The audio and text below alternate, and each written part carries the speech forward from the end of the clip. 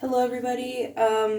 So a couple years ago I made a video teaching you guys how you can wash your brushes using just what you have at home.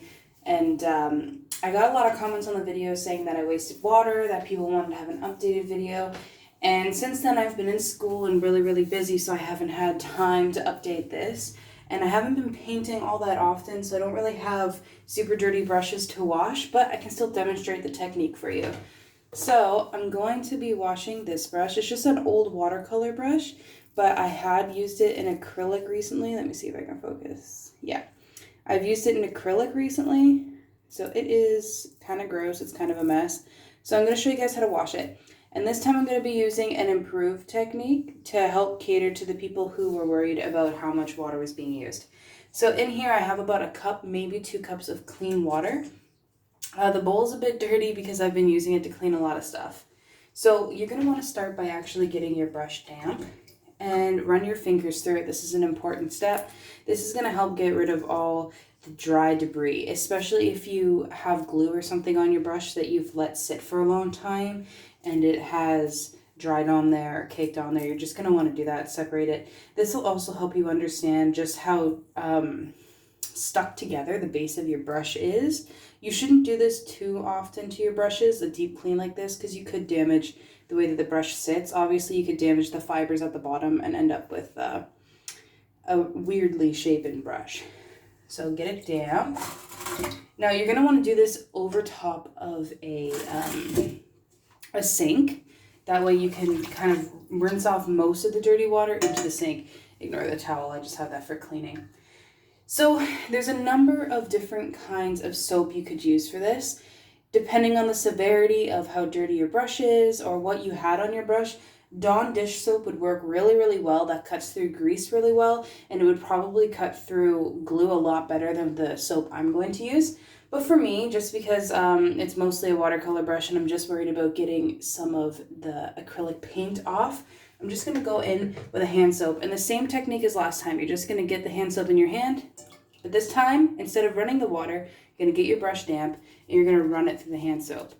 Now you're going to keep doing this the same way as the other video showed previously until it's nice and clean.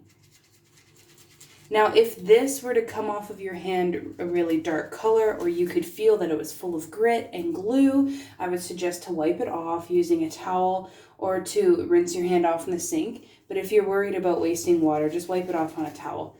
Now you're just going to run it in the water again. This is something that I would suggest doing if you have a lot of brushes to clean at once, because you could use the 2 cups of water for 10, 20 brushes maybe, depending on how dirty they are. And that would really lower the amount of water that you're using.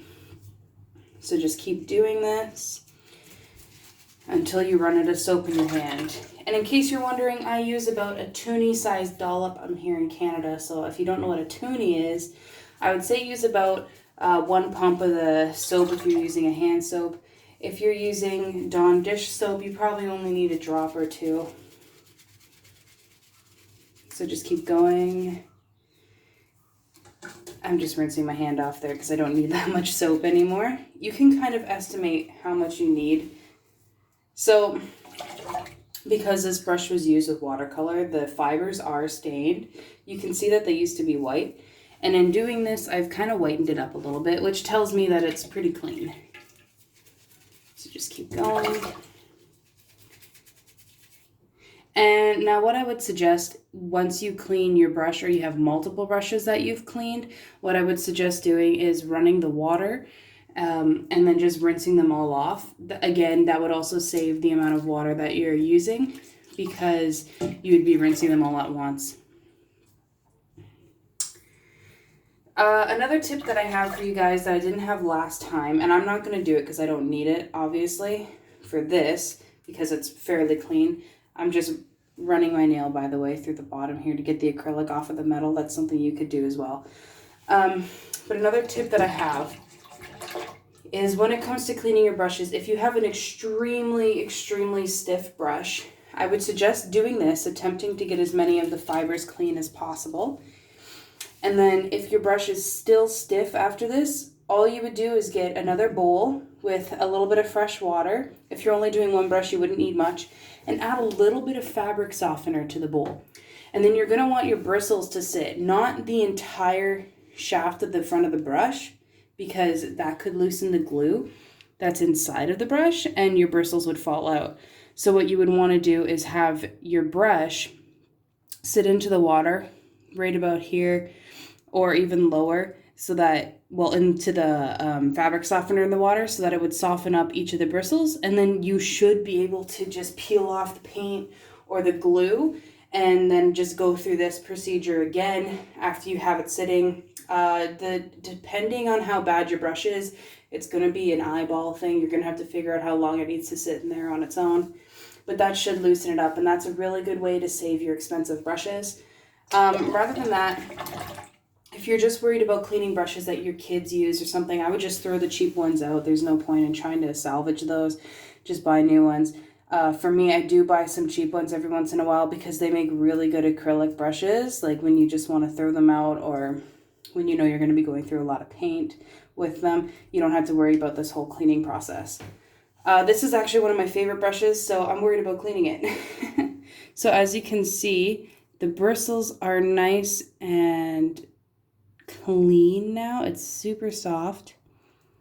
There's a little bit of paint left at the base. I'm not going to be able to get this off because it's been left there for a little bit too long, but it doesn't really hinder the movement of the brush at all.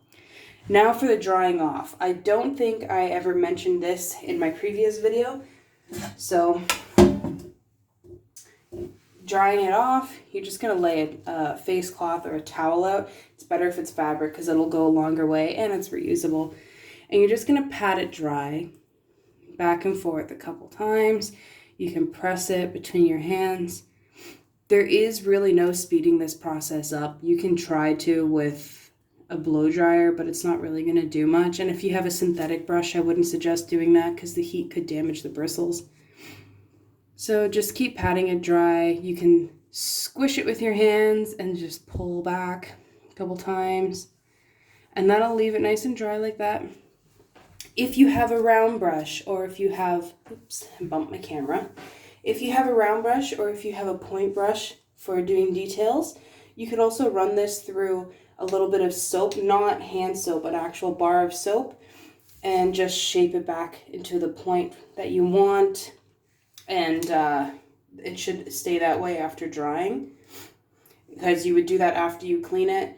Before you dry, well, after you dry it off, you would just run the damp brush through the soap just like that, and then shape it with your hands and leave it to dry. So that's the updated way to clean your brush. If you have any questions, or if you have a really, really hard brush that's just not coming clean, feel free to tell me about it in the comments. I might be able to help you. And yeah, hopefully this video is better to understand, especially since I'm talking this time. The other one, it was just a video showing how it was done with text over top. So let me know if this works, and thanks for watching, guys. I'll see you next time.